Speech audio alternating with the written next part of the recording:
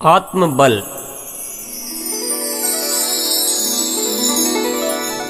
हर आत्मा में अक्षुण्ण बल है। इस बल का सदुपयोग हो जाए तो हर मनुष्य कमाल कर सकता है। वह अपने ही नहीं दूसरों के जीवन को भी धन्य कर सकता है। वह बहुत कुछ सृजन कर सकता है। हर आत्मा की अलग अलग विशेषताएं हैं, सबका अलग अलग स्वभाव है, सबकी अलग अलग सृजनात्मकता है। सबके लिए कोई एक मार्ग निर्धारित नहीं किया जा सकता। कोई दूसरा किसी के बारे में पूरी तरह जान भी नहीं सकता।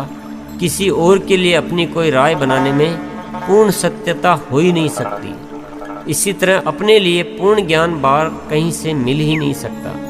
वह तो अपने भीतर ही खोजना होगा।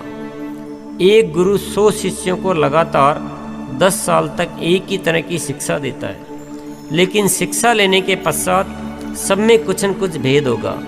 सबका कर्म करने का, सोचने का, सृजन करने का तरीका अलग अलग होगा। कोई भी दो हूबहू एक तरह के नहीं हो सकते। बाहर से कितना भी ज्ञान ले लो, लेकिन साथ में आत्मशक्ति का ज्ञान भी करना होगा।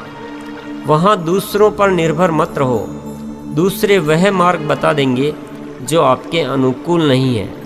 आपकी शक्ति किसी और तरफ प्रवाह कर रही है और आप किसी और के कहने से दूसरी तरफ जाने का प्रयास करेंगे तो क्या स्थिति होगी आप समझ सकते हैं। लेकिन हमें दूसरों पर भरोसा ज़्यादा और अपने आप पर भरोसा कम है। बात ये नहीं है कि दूसरे जो बात कर रहे हैं वह गलत है। वह सत्य भी हो सकती है, परम सत्य भी हो सकती है, बड़ी ही मूल्यवान हो सकती है, आपके लिए बड़ी उपयोगी हो सकती है। लेकिन वह कितनी ही मूल्यवान बात हो, उसमें एक अधूरापन रहेगा ही। यहाँ कहने का ये भाव भी नहीं है कि आप दुनिया में किसी को भी सुनना छोड़ दो। ये आपके ऊपर है कि आप किसे सुनना पसंद करते हैं, कौन आपको ज़्यादा प्रभावित करता है। यहाँ कहने के पीछे भाव यह है कि आप लाख बार से ज्ञान अर्जित कर लो, जब तक अपनी आत्मशक्ति का ज्ञान नहीं करोगे तब तक बात अधूरी ही रहेगी। हर इंसान के भीतर एक बहुत विशाल जगत है। बहुत सारी ऊर्जाएं हैं जिनमें लगातार प्रवाहित होने की प्रवृत्ति है। उनको रोकना असंभव है। यदि आप उनको सही मार्ग नहीं दे पाए तो वे या तो कुंठित होकर आपको मानसिक रुग्णावस्था में डाल देगी या विध्वंसात्मक बन जाएंगी। ऊर्जा हमेशा सृजन करना चाहती है, पर जब सृजन का अवसर नहीं मिलता है तो वह विध्वंस की ओर बहने लगती है। कई ऐसे मनुष्य होते हैं जिनमें ऊर्जा का वेग बड़ा ही प्रबल होता है। वह ऊर्जा ऐसा कुछ करना चाहती है जिससे सारा संसार जाने। उस ऊर्जा का यदि सही उपयोग हो जाए तो इस संसार के लिए बड़ा ही सुंदर कार्य हो सकता है, और यदि इसका सही उपयोग नहीं हो पाया तो वह इंसान या तो पागल हो सकता है या कोई विनाश कर सकता है। किसमें कितनी ऊर्जा है, वह क्या करना चाहती है, किस प्रकार उसको बेहतर दिशा दी जा सकती है, इसके बारे में जितना दूसरों पर निर्भर रहोगे उतना ही ज़्यादा गुमराह होगे। दूसरा कितना भी अच्छा हो, कितना ही अनुभवी हो, आपके अंतर को वह नहीं पढ़ सकता। ये यात्रा तो स्वयं को ही करनी होगी। दूसरा आपको जगा सकता है, बता नहीं सकता।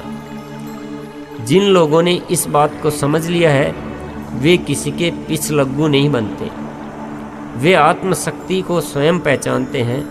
वे अपनी आत्मा की आवाज़ को बड़े ध्यान से सुनते हैं। वे दूसरों की बातों में आकर भयग्रस्त नहीं होते हैं। अपनी आत्मा की आवाज़ को दबाते नहीं हैं। स्वयं पर अपने विश्वास को कमज़ोर नहीं करते हैं। वे आंखें बंद करके नकल नहीं करते, बल्कि अपना कुछ अलग करने का जज्बा रखते हैं। इसीलिए ये देखने में आता है कि सृजन करने वालों का सबका अपना अपना तरीका होता है। मानव जीवन पूर्णता लिए हुए है। ये बहुत मूल्यवान उपलब्धि है।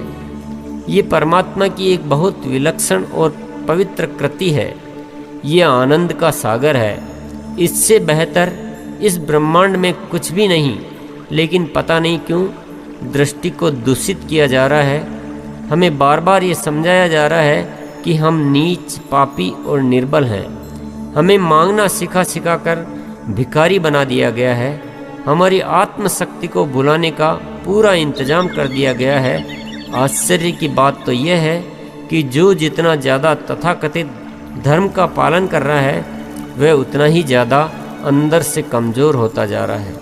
उसको पूरा दिग्भ्रमित कर दिया जाता है और डरा दिया जाता है कि जरा सा भी इस लाइन से बाहर जाओगे तो पाप के भागीदार बन जाओगे, और वह इंसान इस पाप के डर से अपनी सारी शक्तियों को भूलकर लकीर का फकीर बन जाता है। सबके सोचने, समझने और आत्मनिरीक्षण की क्षमता को शिथिल कर दिया गया है। क्या हम रोज रोज अपने आप को पतित कहकर परमात्मा द्वारा दिए गए इस अनमोल जीवन का अपमान नहीं कर रहे हैं? क्या हम अपने आप को पतित कहकर इस जीवन में कुछ श्रेष्ठ कर पाएंगे?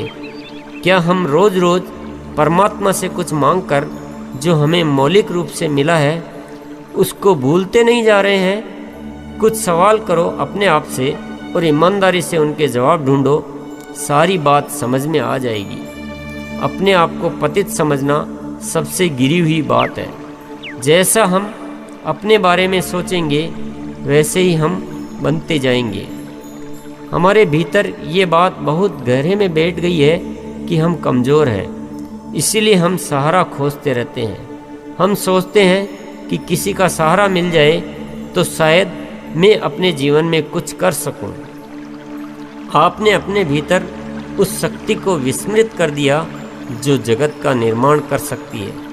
आपने अपनी ऊर्जा को संकुचित कर लिया, सारा ध्यान इस बात पर केंद्रित कर दिया कि कहीं से कुछ मिल जाए और मैं बस उसका सहारा लेकर चल पड़ूं। अपनी जिम्मेदारी के दायरे को बहुत कम कर लिया। हम दूसरों की कहानियाँ बड़े गर्व से पढ़ते हैं पर कहानी बनाने की नहीं सोचते हैं। हम बस इसी इंतज़ार में बैठे रहते हैं कि कोई महान आएगा तो हमारी ज़िंदगी संवर जाएगी। हम पूरी तरह अपने आप को दूसरों पर निर्भर बना चुके हैं। हम ये मान चुके हैं कि मैं तो कमज़ोर हूँ, मुझ में इतनी सामर्थ्य कहाँ कि मैं अपने आप कुछ निर्णय लेकर, कुछ जिम्मेदारी लेकर कोई कहानी बना सकूं। हम हमेशा दूसरों से आशीर्वाद मांगते रहते हैं कि बस आपका आशीर्वाद मिल जाए तो ही मैं कुछ कर पाऊंगा, उसके बिना तो मैं कुछ कर ही नहीं सकता। ये शब्द सुनने में बड़े अच्छे लगते हैं पर ये इंसान को कमज़ोर बनाते हैं। ये उसकी दूसरों पर निर्भरता को बढ़ाते हैं। ये बात मन में बैठ जाती है तो इंसान हर असफलता में यही सोचता रहता है कि मुझे पूरा आशीर्वाद नहीं मिला, मुझे अभी और किसी का आशीर्वाद लेना है तभी मैं सफल हो पाऊंगा। वह अपनी शक्ति को और जगाने की बात नहीं सोच पाता। आज से अपने सोचने का अंदाज बदलो। जो भी जीवन में मिला है उसका बस धन्यवाद दो और ये सोचो बस अब तो मुझे इतना मिल गया है, अब आत्मशक्ति द्वारा सफल होकर ही रहूँगा। अब मैं दुनिया से रास्ता जानने वाला नहीं, रास्ता दिखाने वाला बनूंगा। मुझे परमात्मा ने इतना शक्तिशाली बनाया है, इन शक्तियों का उपयोग मैं पूरी जिम्मेदारी से करूंगा और आप देखोगे कि अब आपकी पूरी दिशा ही बदल चुकी है। आपके विचारों में ऊर्जा आ गई है, नित्य नया सृजन दिखाई देने लगा है। जिसे आप सोच भी नहीं सकते थे उसे अब एक एक करके सच साबित करते जा रहे हो। बस किसी अहंकार में मत पड़ना, परमात्मा से कुछ मांगना मत, पर परमात्मा को धन्यवाद देते रहना। उसके द्वारा दी गई शक्तियों को धीरे धीरे पहचानने लग जाओगे, महसूस होने लगेगा कि उसमें कितना आनंद है। बस इसी राह पर चलते रहना, जीवन से दूसरों पर निर्भरता घटती जाएगी और आत्मबल बढ़ता जाएगा। अपनी शक्ति को पहचानने में दो बहुत बड़ी बड़ी बाधाएं हैं, साहस की कमी और डर। आदमी सोचता है जिस तरीके से मेरी पीढ़ियां चलती आ रही है, जिस तरीके पर पूरी दुनिया चल रही है वह सही ही होगा। भले ही उसके परिणाम गलत आ रहे हैं, वे दिखाई दे रहे हैं, पर सबसे अलग हटकर सोचने का साहस वह नहीं कर पाता। वह कभी कभी अलग राह के लिए सहमत भी हो जाता है, पर फिर भी हिम्मत नहीं कर पाता। एक मान्यता बन गई है कि जिस काम को भीड़ कर रही है वह सही ही होगा, लेकिन सच यह है कि जिसे भीड़ कर रही है वह सही ही हो ये जरूरी नहीं। दूसरा है पाप पुण्य का डर।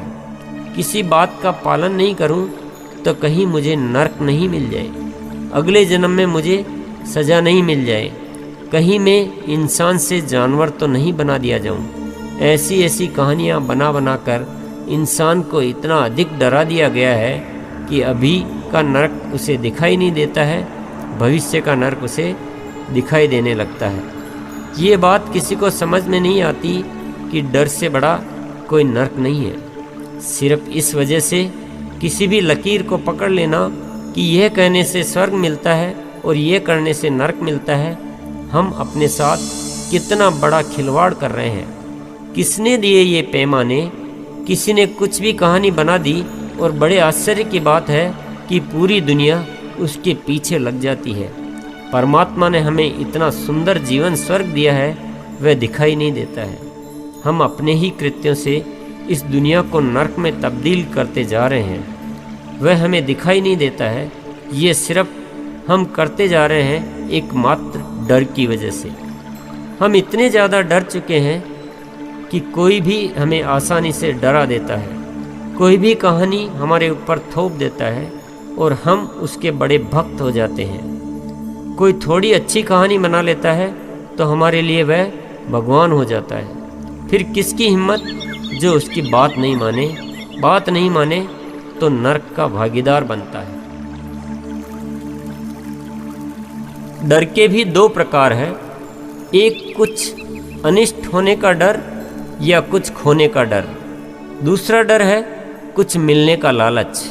मैं ये करूँगा तो इतना फल मिलेगा, इस जन्म में इतना फल मिलेगा या अगले जन्म में इतना फल मिलेगा, नहीं करने पर ये सब छूट जाएगा। यह भी एक प्रकार का डर ही है। हमें कितना हिसाबी बना दिया गया है। धर्म में भी सौदेबाजी, इस हाथ दे और उस हाथ ले। ये कोई धर्म है? ये कोई आत्मा की आवाज़ है? यह तो निश्चित है कि डर की वजह से किए गए कार्य का अंजाम जो भी हो, पर डर अपने आप में बहुत बुरी बला है। ये किसी भी बुरे से बुरे नरक से कम नहीं है। ये अपनी आत्मा की हत्या है, यानी ये सबसे बड़ी आत्महत्या है। इसीलिए शायद कहावत बनी कि जो डर गया वो मर गया। शरीर को मार लेना तो सिर्फ शरीर की हत्या है, लेकिन डर के वशीभूत होना सबसे बड़ी आत्महत्या है। किसी की बनाई हुई लकीरों पर चलना जीवन की प्रकृति नहीं है। यदि किसी की बनाई हुई लकीरों पर चलने का प्रयास करोगे तो हमेशा भ्रांत अवस्था में रहोगे। जीवन निज की यात्रा है। अपनी आत्मा की आवाज़ को पहचानना सीखो और अपने मार्ग की स्वयं खोज करो। डरा हुआ इंसान हमेशा दुविधा में रहता है। जब उसे सत्य का पता लगता है तो वह कुछ अपनी आत्मशक्ति से निर्णय लेने के लिए सोचता है। जैसे ही वह सोचना शुरू करता है, डर उसमें व्यवधान पैदा करता है, अपनी ओर से कुछ करने की हिम्मत को पस्त कर देता है। वह कुछ निर्णय ही नहीं कर पाता और बड़ी दुविधा में पड़ा रहता है। दुविधा जीवन के लिए सबसे बड़ा अभिशाप है। दुविधा में रहने वालों जैसी बुरी दशा आप किसी की न पाएंगे। जिस प्रकार जो पत्थर बिल्कुल दाग रहित होता है वही हीरा कहलाता है। जरा सा भी दाग जो कि नंगी आंखों से भी दिखता न हो तो भी हीरे की कीमत को कम कर देता है। उसी प्रकार डर का जरा सा भी अंश आत्मशक्ति को कमज़ोर कर देता है। बहुत पुरुषार्थ के बाद, बहुत जीवन गुजारने के बाद हम निर्णय लेने लायक बन पाते हैं, लेकिन छोटा सा भी डर उस शक्ति को शून्य कर देता है। इसीलिए जीवन में कुछ पाना है तो अपनी आत्मा को सच्चा हीरा बनाओ। डर का हल्का सा भी अंश उसमें न आ पाए, तब आप देख पाओगे कि आपके भीतर ही कितनी बड़ी शक्ति का भंडार भरा पड़ा है। डर में यह हिसाब मत लगाना कि किससे डरना चाहिए और किससे नहीं डरना चाहिए। सीधी सी बात है, डर की वजह कोई भी हो, डर की वजह से किया गया हर कार्य गलत है। चाहे वह नरक का डर हो, पाप का डर हो, गुरु का डर हो या अपमान का डर हो। इस डर से कुछ करना कि नहीं करूँगा तो पाप लग जाएगा, ये सोच ही गलत है। वही काम आपकी आत्मा की आवाज़ से, भीतरी इच्छा से हो तो वह पुण्य है। किसी को इसलिए नमस्कार करना कि नहीं करूँगा तो नाराज़ हो जाएगा, क्या इसमें कोई आनंद है? जब कोई सामने आए और भीतर के भाव नमस्कार करने के लिए उमड़ पड़े, आनंद तो उसमें है। एक बार डर के पिंजरे से बाहर तो आकर देखो, फिर अपने कृत्यों का ईमानदारी से निरीक्षण करो, फिर अपने विचारों का निरीक्षण करो, तुरंत सही और गलत का भान हो जाएगा। आत्मशक्ति पूर्ण जागृत हो जाएगी। बस हमारी खोज होनी चाहिए। यदि हमारी खोज ही नहीं है तो स्वतः कुछ भी नहीं हो सकता। यदि विश्वास नहीं होता है तो ये देख लो कि आज तक जिन लोगों को हम अपने जीवन में महापुरुषों के रूप में जानते हैं, क्या उनमें से ऐसा कोई है जिसने डर के वशीभूत होकर या किसी लकीर का फ़कीर होकर अपना जीवन जिया है? हम उन्हें महापुरुष सिर्फ इसलिए मानते हैं क्योंकि उन्होंने निडर होकर अपने आत्मबल को प्रबल रूप में प्रकट होने दिया। उन्होंने अपने आप को बंधन में नहीं बांधा, उन्होंने अपना अलग रास्ता बनाया। जब वे लोग अलग रास्ता बनाकर महान बन सकते हैं तो हम भी क्यों किसी बंधन में बंधकर अपना जीवन गुजारें? हमारा अलग रास्ता क्या हो सकता है? अब ये विषय बिल्कुल निजी है। यहाँ दूसरे की सलाह बिल्कुल गलत सिद्ध होगी। आत्मशक्ति को खुद को पहचानना है। ये किस दिशा में प्रवाहित हो रही है, खुद को ही